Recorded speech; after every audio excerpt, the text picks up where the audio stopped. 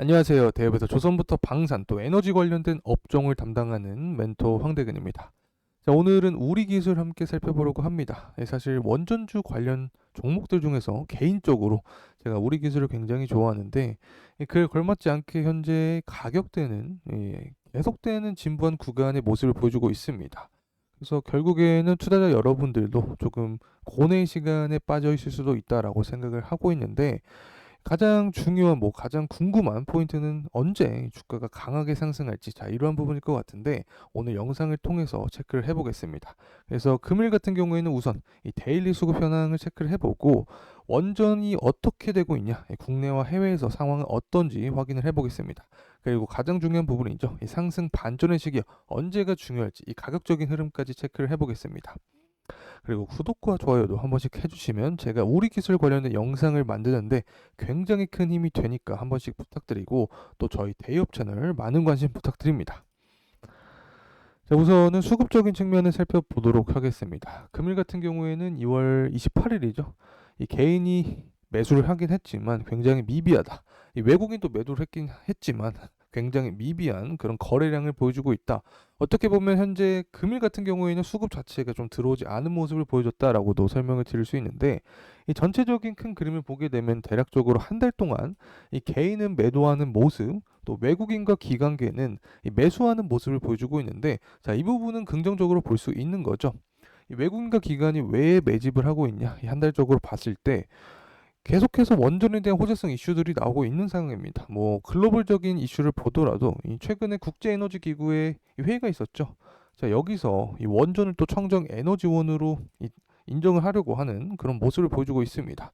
그리고 국내 같은 경우에도 현재 이 정책적 이 총선이 다가오고 있는 만큼 이 정책 수혜주로서의 역할을 할 수 있는 부분이 바로 원전주이기 때문에 이 관련된 수급이 쏠렸다라고 설명을 드릴 수 있고 이 투신 같은 경우와 이 사모펀드 역시 근 한 달 동안 매집하는 모습을 보여주는데 이 사모펀드 같은 경우에는 또 49인 이하의 이 소수 집단이죠. 그래서 제가 개인적으로 볼 때는 이 사모펀드가 들어오게 되면 어떠한 재료성 혹은 이 호재성 이슈들이 존재를 하기 때문에 이 개인들이 이 소수의 집단이 들어온다라고 생각을 하기 때문에 이 사모펀드 역시 긍정적으로 생각할 수 있는 부분이다라고 설명을 드립니다. 자, 그리고 좀 더 가시화해서 보게 되면 이 외국인 같은 경우에는 2월 1일부터 동향을 보게 되면 그래도 많이 매집하는 모습을 보여주고 있습니다. 이 기관은 물론 번갈아가는 모습을 보여주고 있지만 개인과 기관은 이 번갈아가는 모습을 보고 있지만 외국인 같은 경우에는 꾸준하게 어느 정도 매입을 해주는 그런 모습을 보여주고 있는데 이런 부분이 왜 발생하냐? 앞서서 간단하게 설명을 드렸죠. 현재 이 원전 관련된 이슈들이 많이 존재를 하고 있습니다. 이 현대건설이 불가리아 원전 2기 건설의 수주를 코앞에 뒀다라는 이슈가 나왔는데 자, 이 부분은 이 아랍에미리트의 바라카 원전 이후에 15년 만에 처음으로 발생하는 일입니다.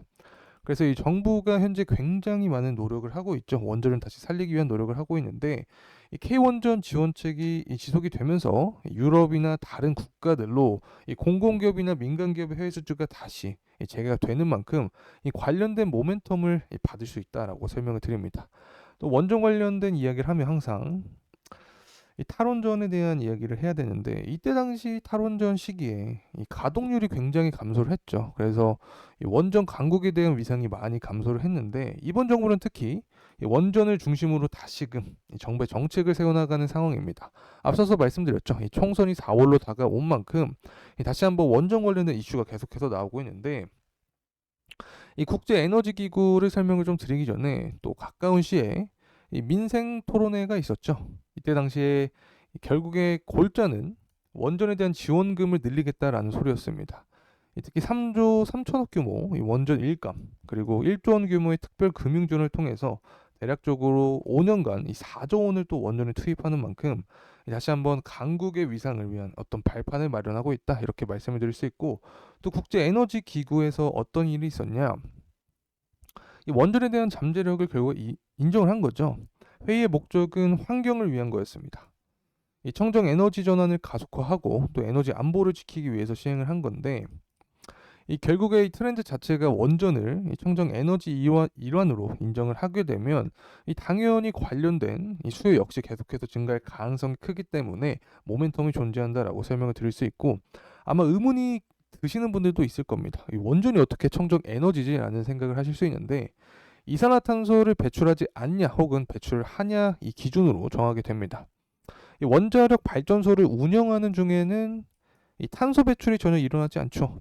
다시 말하면 핵분열 반응에서 이 탄소가 배출되지 않기 때문에 원전 역시 청정 에너지의 일환으로 선정했다라고 생각을 합니다. 하지만 또 원전을 또 짓거나 해체하는 과정에서는 탄소 배출이 발생을 하기 때문에 뭐 관점에 따라서는 이 청정 에너지일 수도 있고 아닐 수도 있다 하지만 현재 이 동향 자체가 청정 에너지원으로 인정을 하려는 분위기이기 때문에 이 관련된 호재성 이슈는 분명하다라고 설명을 드립니다.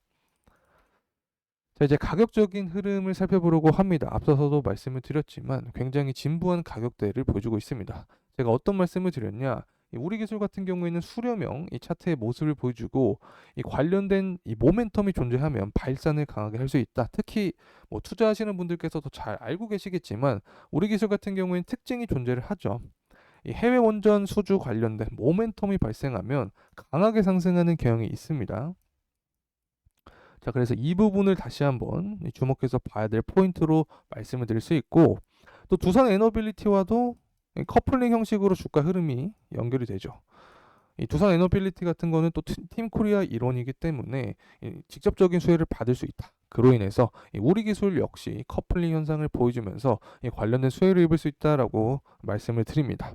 그래서 현재 가격대는 약 1310원 구간대인데 매물대를 간단하게 보더라도 이 1400원 구간의 매물대가 많이 존재한 모습을 보여주고 있죠.